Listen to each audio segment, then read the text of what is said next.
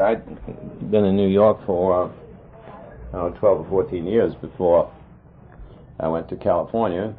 Actually, we got back to the Philadelphia story again. It was during our layoff in the summer when Katharine Hepburn went to the coast to make the movie. I went with my old friend Orson Welles into his first picture, which was called Citizen Kane. So while Katharine Hepburn was making the Philadelphia story in Hollywood, I was working in my first movie with Orson in the Mercury Theater, Citizen Kane, and then after we completed those pictures, Katharine hers, and I finished my stint in Citizen Kane, we went back and went on tour.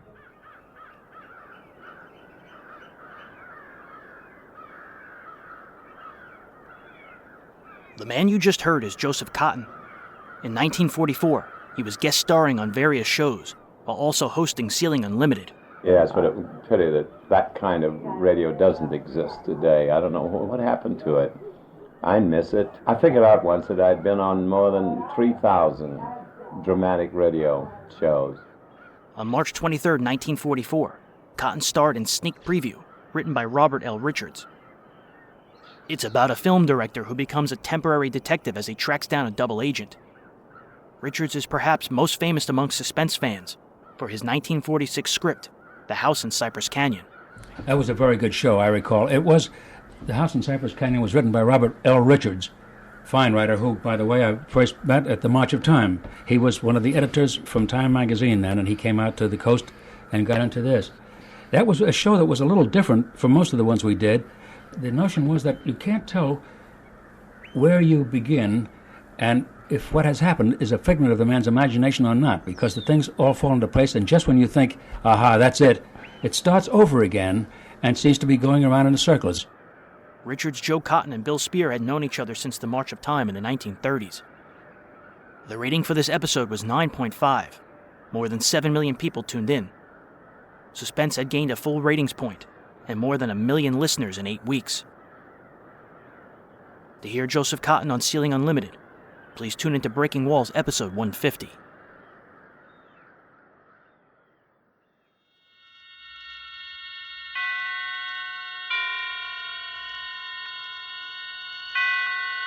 Roma Wines presents Suspense.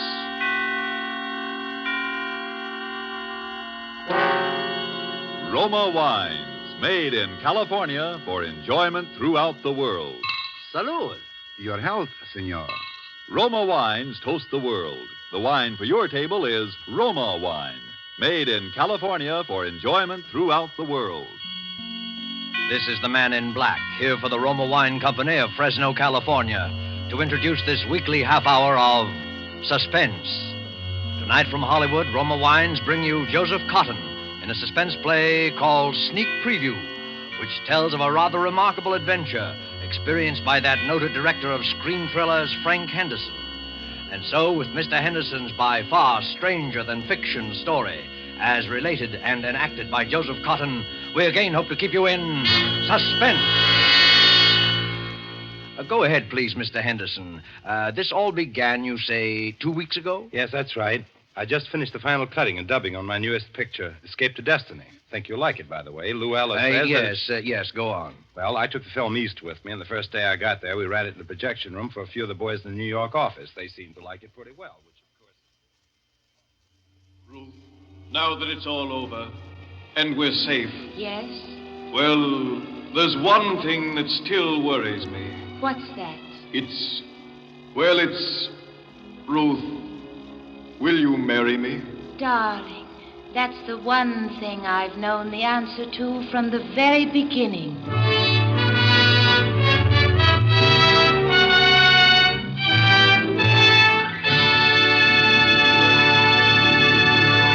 Well, boys, there it is. Frank, it is but terrific. It's the best picture you've ever made. Oh, it's great, great. Hitchcock will absolutely quit. No kidding. You really think so? I do, Frank, honestly. I think it even tops Perilous Journey. Definitely. And it's solid box office, Frank. Solid. Well, it's all yours, boys. I can't think of anything more to do to it, though we might lighten the music a little under that scene in the wine cellars. I'll get it. Hello? Who? What does he want? Okay, put him on. Hello? Yes, this is Frank Henderson. Who? I don't think I know any Captain McNeil. Oh, well, may I ask why the chief of the Security Bureau wants to... I hope there's nothing wrong. I see.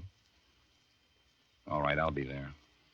Who was it, Frank? Somebody at police headquarters. Police headquarters? What's he want? That's what I'd like to know.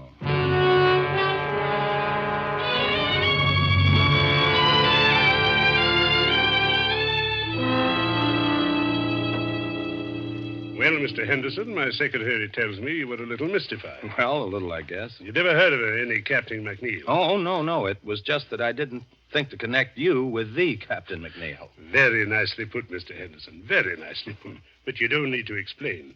There aren't so many people as you'd think who'd ever heard of any Captain McNeil. An undercover agent isn't very much good if everybody knows him. No, is he? I guess not. Mr. Henderson, when I heard you were going to be in New York, I just couldn't resist meeting you. You see, Mr. Henderson, I'm probably your greatest living admirer. Well, thank you. I guess I've seen every picture of yours since the first one you directed, most of them 3 or 4 times. I'll have to remember you in my will. You know, you'd have made a first-class professional detective. I'm not so sure about that. There's a lot of difference between fact and fiction, I guess. Not so much. I've always followed the reasoning in your pictures with complete agreement. Well, I'm glad to hear that. Yes, but with one exception. Huh? What was that? I couldn't go along with you there. It was in your 5th picture, Murder in the Morning. You remember near the end of the picture where the killer has the detective and his pal at gunpoint in an empty room? I remember. The friend is allowed to leave. He's helpless anyway, unless... And here was the point. Unless the detective is able to get over certain vital information to the friend in the presence of the killer, but without his knowledge. You remember? Sure. And when the friend is leaving, the detective hands him his hat. Mm-hmm. And inside the hatband, he slipped a piece of paper with the information on it. Is that what you mean? Exactly. And that's where I disagree. Although I realize it probably wasn't your fault. Probably the writer or the producer. Oh, no. As a matter of fact, that was my own idea. It's too simple, too unimaginative, if you'll forgive me the word. No intelligent criminal would allow a thing like that to happen right under his nose. But the way the thing was done, I thought... Even so, how is the friend to know that this paper is under his hatband? Oh, well, you see... It isn't something you'd likely to notice. You don't look under your hatband every time you put on your hat. I know, but it's far too fetched. It's not true to life. It's fiction. Excuse me a moment. Hello? Yes? Yes, I see. I'll be down in just a few minutes. Pardon the interruption. Oh, not at all, Captain. I really ought to be going. I've kept you too long now. Mr. Henderson, I wonder if you're interested in real crime. Real crime? Have you ever seen an actual murderer? Well, you do make me feel like an amateur now. No, to tell you the truth, I never have. Come on, then. It might give you an idea. It's down the hall.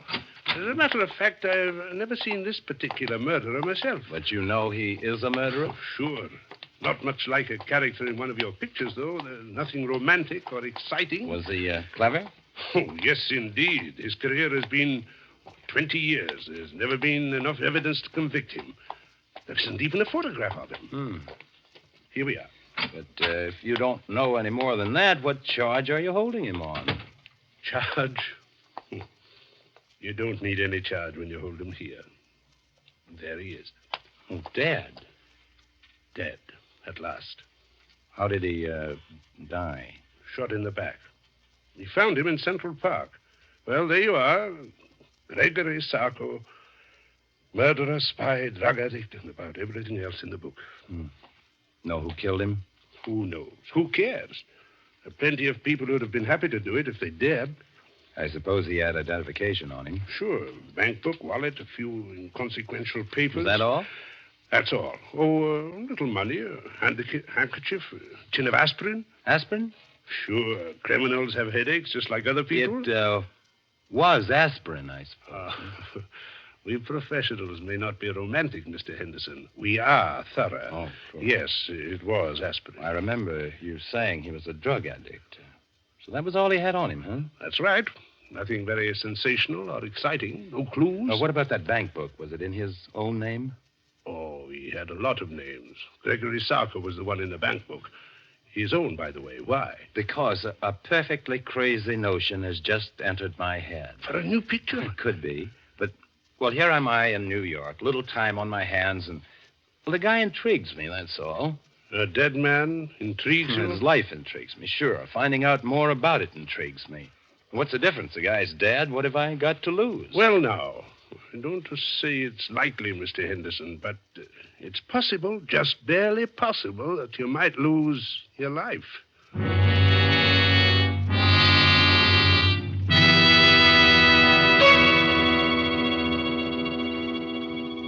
To change from a mood of suspense to one of carefree gaiety, let us wish ourselves away to Havana, Cuba, seated at a table in the fashionable Hotel Nacional de Cuba. Near us, a group of Cubans are entertaining an American visitor. Our American has just remarked that in point of great enjoyment, the Cuban rumba is one of America's most delighting imported dances. And then, raising his wine glass, the Cuban host responds, "Then we have perhaps discharged some part of our debt to you Americans for this wonderful tasting wine that gives us such great enjoyment. It is wine that Cuba imports from your faraway California. It is Roma wine." Americans didn't have to wait for wine connoisseurs of other lands to discover the greatness of California's wine districts, the superb quality of Roma California wines. So many millions made this discovery for themselves that Roma wines have long been America's largest selling wines. But these millions discovered something more. In Roma wines, they discovered an easy, inexpensive way to increase the delights of daily living. Yes, millions have discovered that Roma wines is a beverage on the table, and when used in entertaining, add charm of a special and wholesome kind. I told you Roma wines cost little. That's because here in America you pay no high import duty, no expensive shipping charges. Too, Roma wines are made in Roma's own wineries in the heart of choice California vineyard districts. So cost to you is only pennies a glass for R-O-M-A, Roma wines, made in California for enjoyment throughout the world. And now it is with pleasure that we bring back to our sound stage Joseph Cotten as movie director Frank Henderson and Robert L. Richards' sneak preview, a tale well calculated to keep you in suspense.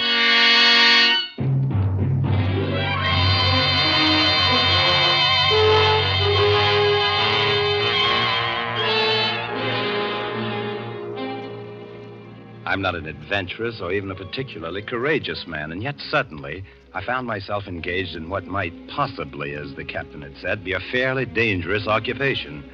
I pored for hours over Captain McNeil's file on Sarko, even persisting in the face of a sudden and somewhat mysterious reluctance on the part of the captain to have me do so.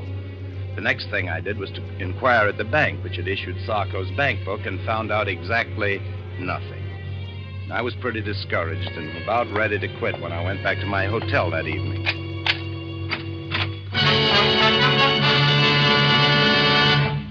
Would you mind closing the door, please? Thank you, Mr. Henderson. My name is Edwards. How do you... Say, what's the big idea? No, Mr. Henderson. Keep away from the telephone, please. Are you threatening me with that gun? I regret it, Mr. Henderson. I deeply regret it, but unfortunately I cannot deny it. Listen, this whole thing is ridiculous and melodramatic. Mr. Henderson, why are you so interested in Gregory Sarko? Sarko? Yes, Sarko. Just what, if you will forgive a B-picture expression, is your racket? Racket?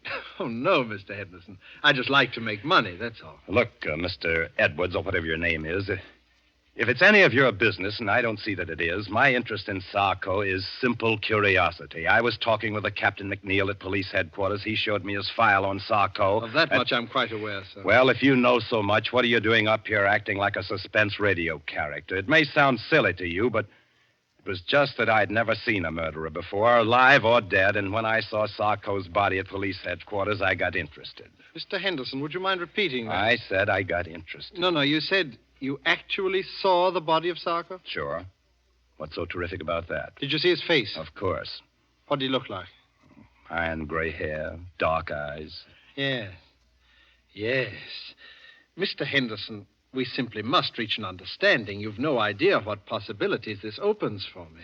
Well, I'm no mind reader. Mr. Henderson, may I have your word that you will do nothing unreasonable if I put away this gun? Okay. Thank you. I must administer my eye drops. My eyes are very bad. Perhaps you've noticed. I thought you might have a cold. No, nothing so simple, unfortunately. congenital weakness. There we are. Now, Mr. Henderson, my interest in all this is very sordid, I'm afraid. Money, to the extent of, shall we say, $300,000. Nice, tidy little sum. Half of that sum could be yours, Mr. Henderson. You'll forgive me if I don't jump at such a handsome offer without knowing a little more about it. I might have realized, I suppose, that mere lucre was not paramount to one of your position. Let's leave paramount out of this. Yes. But, Mr. Henderson, it so happens that I can put you in the way of quite a bit of rather special information about Sarko. I shall write several of them down for you here. That's just fine. Write several of what down? Names, addresses, places where you can discover what you want to know. Okay, what's the catch? Mr. Henderson, you must trust me. What do you want? I want very little.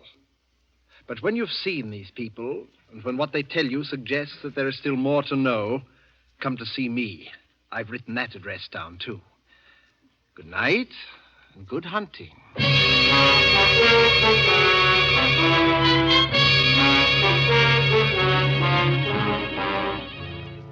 Well, by this time I was so obsessed with the thing that I actually set out to follow the itinerary of the rather sinister Mr. Edwards to the very letter. There was a man serving a life term at Sing Sing. His name was Colette. Well, it didn't used to be so healthy to talk about Sarko, but seeing he's dead, yeah, I know him pretty well. Did you ever do any business with him? Yeah, we had one little deal. He helped me in some business I had with Senator O'Malley. You remember him? He was chairman of the Foreign Affairs Committee during the disarmament conferences after the last war. That's right, until 1927. Was that the year you and Sarko had your business with him? That's right. That was the year he was assassinated, wasn't it? Yeah. It was quite a coincidence, Mr. Henderson. Quite a coincidence.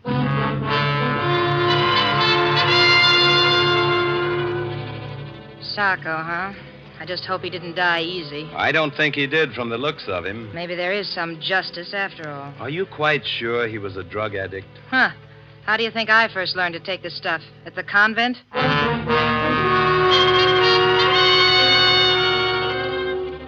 Yeah, there is one guy who might talk. I never seen him, but they called him Eddie the Greek. He used to hang around Doyle's gambling place.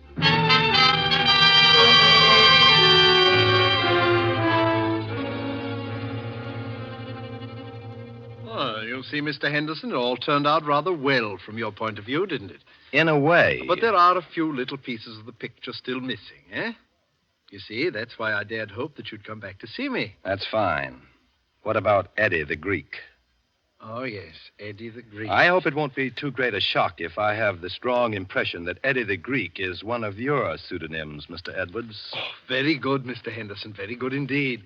Yes, I have been called that on occasion. Then what's the idea of the wild goose chase? You're supposed to know more about Sarko than anybody. All in good time, Mr. Henderson, all in good time. At the moment, there is a rather more pressing matter. No, is there? Oh, yes.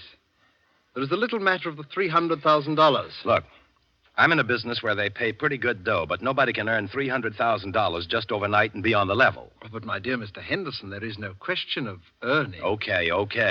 You tell me. Well, it's really quite simple, Mr. Henderson. With the information you possess, together with the information I possess, there is a very liberal and sensible gentleman of my acquaintance who will give us $300,000. Blackmail, huh? Oh, but what possible objection can you have to the transfer of $300,000 from the pocket of one scoundrel to the pocket of another? None, I guess, except that I just don't want to have any part of it.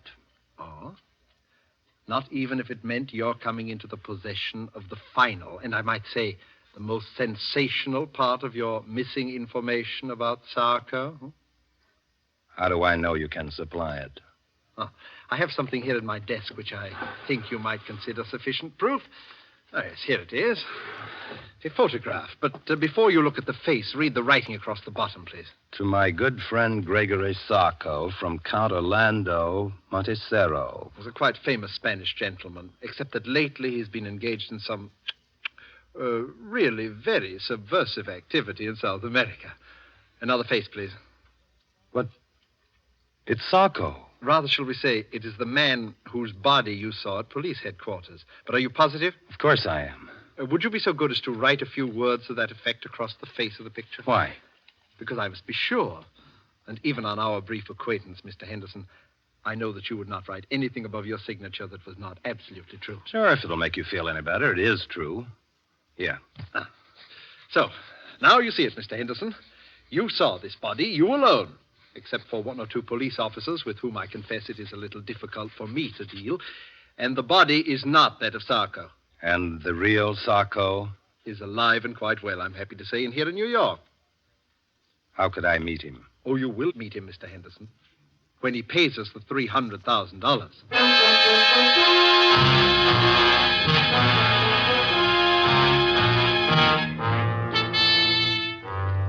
By this time, I had to go through with it. I could see the whole thing on film. What a thriller. I left everything in the hands of Mr. Edwards. A meeting was arranged, a hotel room, the hour 8:30. And there we waited for the man I'd traced all over the underworld of New York. The murderer, spy, dope peddler, Gregory Sarko. Not nervous, are you, Mr. Henderson? Aren't you? A little. Yes, I must confess. Our visitor this evening is not what you might call an easy-going man. But we will not be murdered. No, we will not even be followed, at least not successfully. Where do you go from here? To my little apartment where you met me. It's the safest place in all New York. You don't mind if I catch up on my notes while we wait? Your notes? My private file on Sarko. Oh, of course. You know, Mr. Henderson, sometimes I fear that you might think that I've not been quite as candid with you in this matter as I might. There are one or two little things, aren't there? Your own connection with Sarko, for instance. Naturally, but I honestly believe that once you just... Will you stand by the door, please, Mr. Henderson? Open it when I give you the word. Do you have to point that gun? But there will be no shooting. This gun is just in case. You may open the door now, Mr. Henderson. Come in. Good evening, gentlemen. Captain McNeil. Surprised to see me? Naturally he is. When an appointment has been carefully arranged for Mr. Henderson to meet the arch-criminal Sarko, and when that arch-criminal turns out to be none other than the illustrious Captain McNeil, naturally. Oh, I sort of wondered how you managed to get yourself a part in this little drama, Mr. Henderson. Now I know. Well, would you mind awfully explaining it to me? If I were to tell you that I am not Sarko, but rather that your confederate, Mr. Edwards, is Sarko, would that help? Oh, I'm truly sorry, Mr. Henderson. It seems my fate to be forced from one deception to another. Then you are Sarko? In a word, yes. You see, Captain McNeil would scarcely have acceded to my request if he'd not feared that a third and highly respectable party were also privy to our little secret. After all, there would be ways of dealing with Sarko, but a well-known motion picture director, that would be another story. By the way, Captain, did you bring the money, please? I did.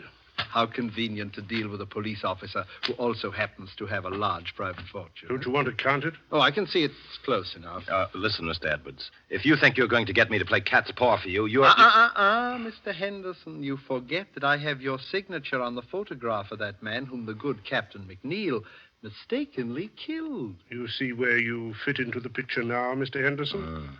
And not a very pretty picture either. Yes, it would be most inconvenient for Captain McNeil if it were known that he had accidentally liquidated the good Count Montresero, even though from a patriotic standpoint it is undoubtedly an excellent thing that he did. But there might even be international complications, might there not, Captain? Mr. Henderson, if I'd only resisted the temptation to show you that body. If only you had, Captain McNeil. You'll forgive me, gentlemen, if I administer my eye drops. My eyes seem to grow worse as my fortunes grow better. And you'll forgive me if I leave now? Perhaps someday there'll be another meeting. It could happen. Yes, who knows? Oh, your hat, Captain McNeil. Thank you. Good night. So you're the great Sarko, eh, Mr. Edwards? You see why I could not tell you before. Believe me, I wish to, if only because your interest was so flattering. You know, he'll catch up with you someday, Mr. Edwards. Captain McNeil? Not as long as I can prove that he killed Count Montresero. By the way, was that just a sort of happy coincidence for you, or was it? Not quite. I had done some business with the Count, which had turned out rather badly. Oh, he was a pure Nazi agent, without doubt. In any event, I was in difficulties with the fellow, and I persuaded him that he could secure some very valuable information if he would appear in New York as Sarko, which he was unwise enough to do. And then you tipped off Captain McNeil that Sarko was in town. You're a pretty clever boy, aren't you, Mr. Edwards? Thank you, Mr. Henderson. Thank you. And now may I suggest that we return to my little flat? We? Under the circumstances, Mr. Henderson, I believe it would be safer for both of us.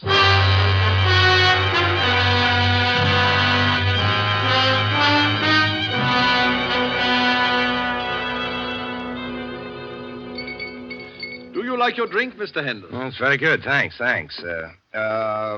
Mr. Edwards, I do wish you'd put that gun away. Oh, yes, the gun. Mr. Henderson, I've been trying to think of a way out of this dilemma all evening.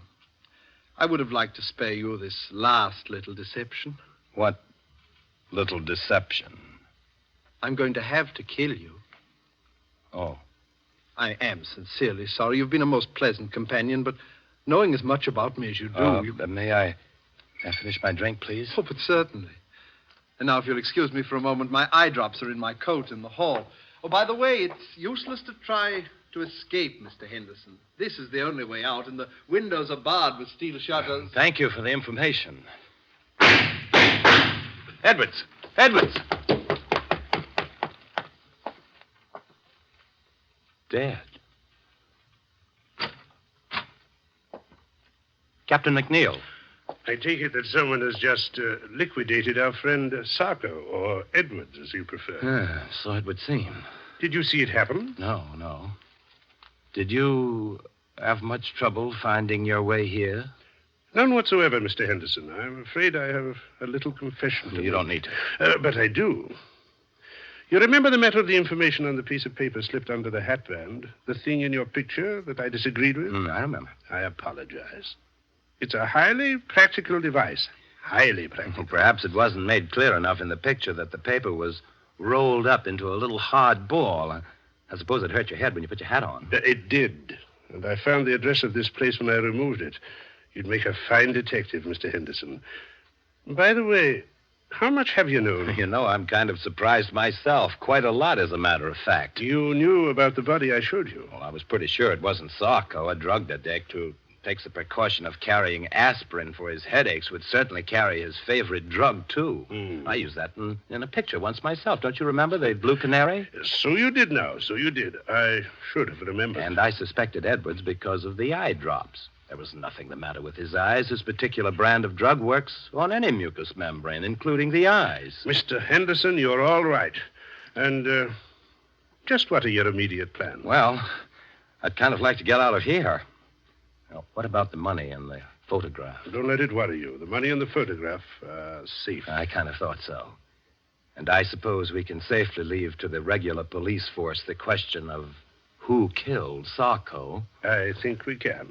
If I knew who, I'd sort of like to thank him. He did save my life, you know. And if he knew you, I'm sure he'd want to thank you as well, because, in a way, you also saved his life.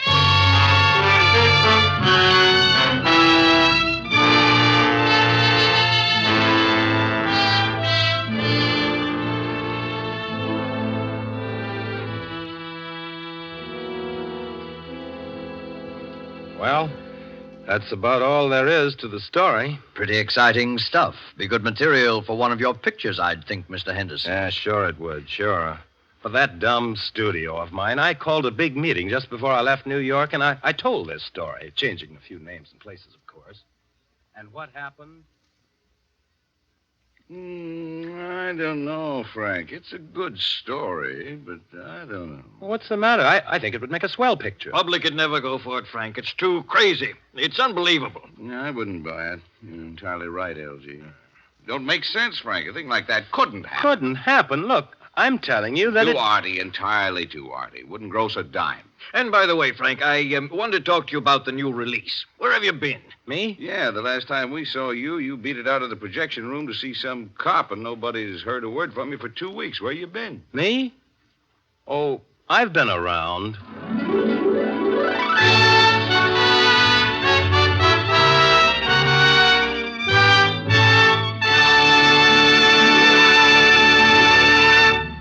And so closes Sneak Preview, starring Joseph Cotten, tonight's tale of Suspense. Joseph Cotten, star of the Lockheed America Ceiling Unlimited, appeared by courtesy of David O. Selznick, and will soon be seen in the all-star Selznick production, Since You Went Away. Did you know that these Roma Wine suspense dramas are setting a record for the millions of delighted listeners they are attracting? We want you to feel that by tuning in the Suspense program every week, you can count on real radio enjoyment. Well, in just as dramatic style, the popularity of Roma wines is also record-breaking, because Roma wines are by far America's largest selling wines. Millions make sure of great wine enjoyment simply by asking for Roma wines. Here's something else these millions have discovered. You don't need fancy glassware or a special occasion to enjoy these zestful, taste-delighting Roma California wines.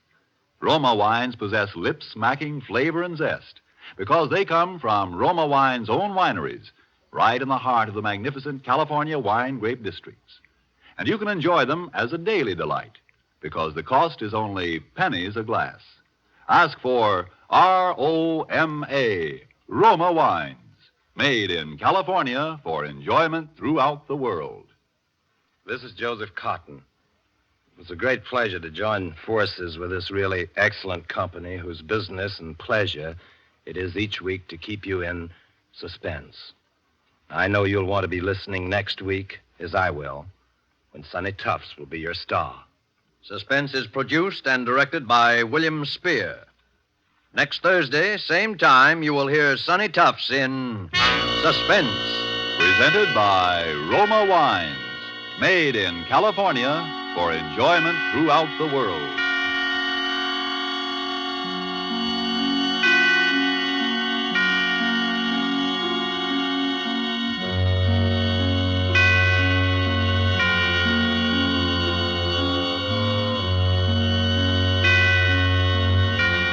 This is CBS, the Columbia Broadcasting System.